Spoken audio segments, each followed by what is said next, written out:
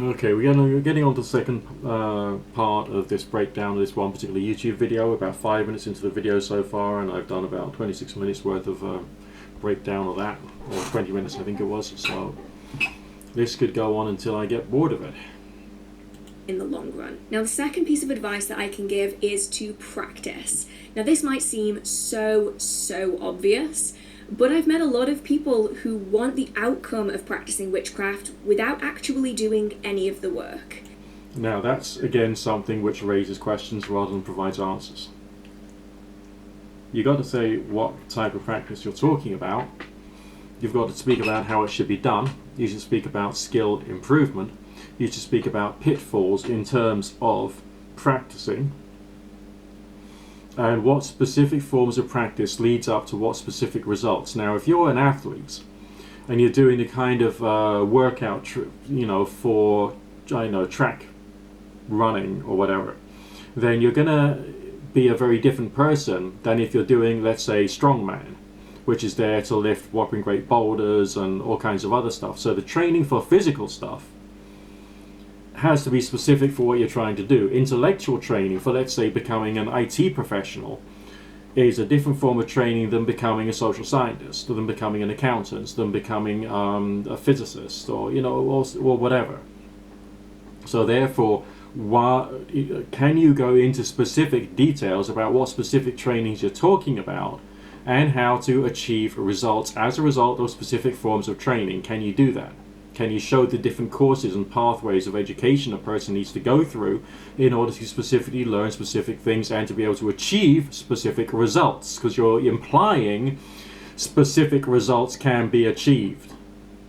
All right, this is a thing. Okay, this is an issue. You're implying specific results can be achieved. You're saying practice. What specific practices? Okay, what meditations, what prayerful work, what ritual work, what work with colors, what work with sounds, what work with changing your energy field, what type are we talking about here? How far do we need to open up? What type of spiritual perception do we have to have? How are we going to get there?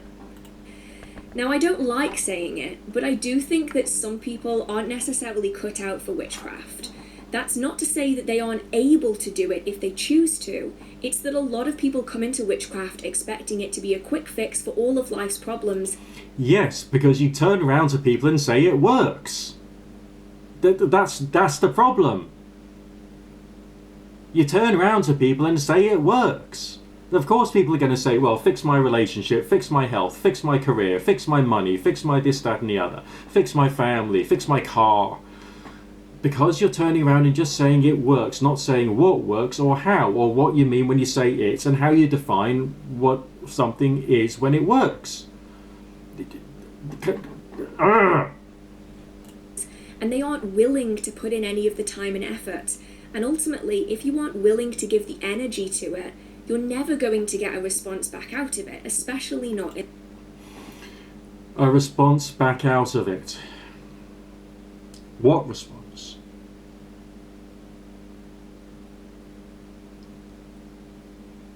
Please tell us. I mean, it's this type of language which I object to, okay? The whole culture of witchcraft and magic promises something. Either the culture needs to change so it doesn't promise something which can't be achieved, or some other change has got to happen here, in the long run. It is very much about putting the time in, making sure that you're learning your foundational practices, but then also learning a little bit of history of witchcraft from around the world, maybe learning a little bit about the witch trials and why they're still significant. That's good from a historical and cultural point of view, because, it's a form of cultural genocide, and it's about culture battles and culture wars, and we got plenty of culture battles and culture wars going on at the moment. So yeah, it is quite an interesting thing to study, but knowing that won't help you necessarily when you're prattling about in your circle with your wand and your candles and your whatever to deal with some variety of apparent entity. Maybe it's about learning deities or how to work with spirits. that's more of a religious thing rather than necessarily a magical thing. So we got different forms of language being used here, that which overlaps with religion and religiosity, and enjoying your religiosity and the aesthetics of making your religiosity an aesthetically enjoyable experience, as opposed to language about magic and making things happen in the outer worlds. These are two different forms of language which are being mixed together in the same video. Of course, people are going to be confused because of the use of language here. Can you see that there's something wrong with that? Maybe it's learning about the plants that you're connecting with. Witchcraft is very much a craft. It's something that we're always learning and developing. That's a little bit of wisdom thrown in. Okay, that's good. And in order to do that, you actually have to be part of it. Now, by this, I don't mean that you need to be carrying out rituals every single day or several times an hour. What I mean is that you need to be present in your craft. You need to be living it. Again, this is good, again, from an aesthetic, religious or spiritual point of view. Okay, if there's, let's say, some ideas which you think are good for yourself and good for society, and you want to encourage them inside yourself, then doing your little religiosity would be a very, very good thing, and keeping it going would be a good thing. I mean, that's one of the reasons why F. Louis Constant said you should go to the celebrations of your faith, because that gives you a certain level of groundedness and stability and a sense of identity, and it gives you some psychological, spiritual protection from other difficult things in the world. But it's not... That could be in the small gestures that you're doing on a daily basis. Whether that's saying good morning to your spirits every day or stirring intention into your cup of tea. In what way would that be regarded as being a separate discipline from other forms of spirituality or prayer work? Whether that's choosing herbs specifically while you're cooking that have intention, whether it is doing meditation and mindfulness, whether it's inner work or dream magic, astral projection. Well, meditation and mindfulness becomes what you were talking about in your list of foundational skill development stuff, wasn't it? Okay? That's just the way in which we do life, because we have to, because without that, then we're not able to access anything psychological, emotional, spiritual, and so on and so forth. That's another denomination, so to speak, of stuff. Really got to get a better stand for this camera somehow. Reaction, or just reading a book, listening to an audiobook. These things keep us grounded and keep us active in our magical practice. Well, no, it keeps you active in your identity as a whatever it is you've chosen to consider yourself this week. Okay? So let's say, during the time when I was doing the church, I would be doing things like reading the Bible, I would be doing regular prayers and attending church. These things are practices which keep you grounded in that sense of identity, so you can get the learning from that sense of identity during that time of your life.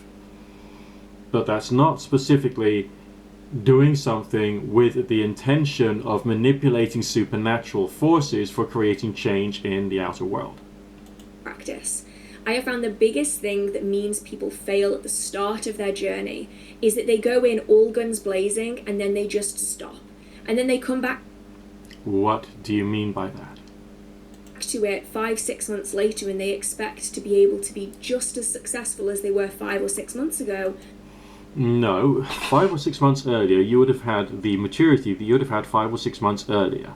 Now, it is hypothetically possible that in a naive state, when your intellectual mind is not getting in the way as much, you could possibly send out energy with greater ease.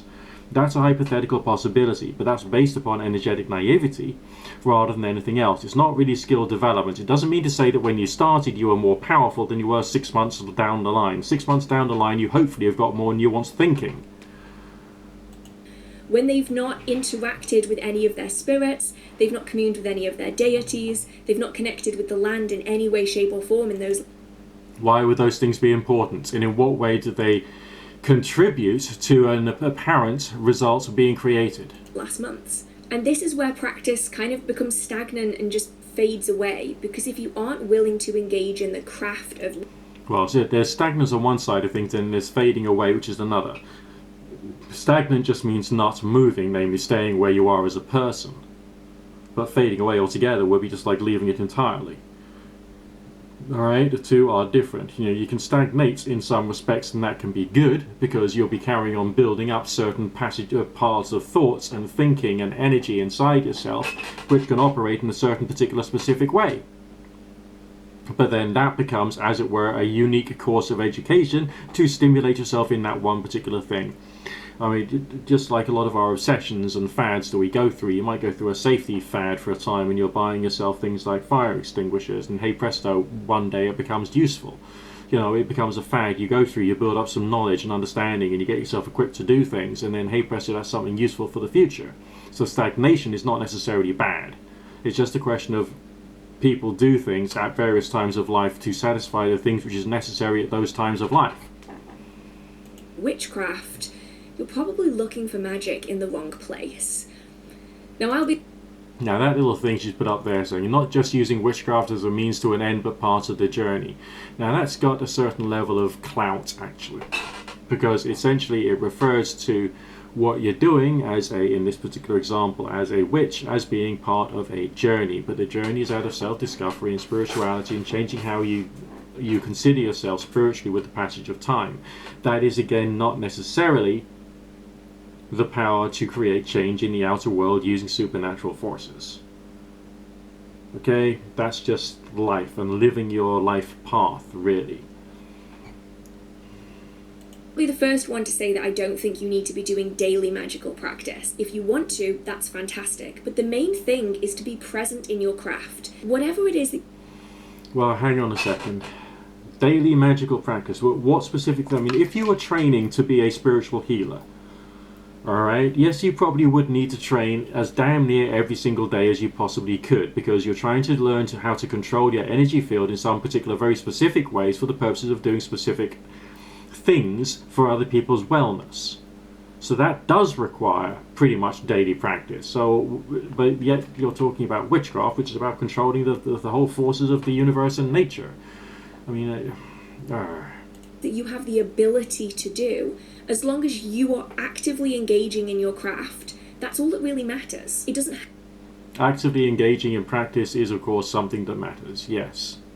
But think about where you are and what you're doing and what you're learning so far from what you're doing and how that's actually helping you. Have to be something extravagant, but it needs to be something that grounds you into your magical practice. Otherwise, you just end up drifting away from it. And it's one of the main reasons why I see people leave witchcraft, is that they say it is just too much work, I don't want to deal with it, I want what I can get out of it, and I don't want to put anything into it. That's because people turn around and use simple language like magic works.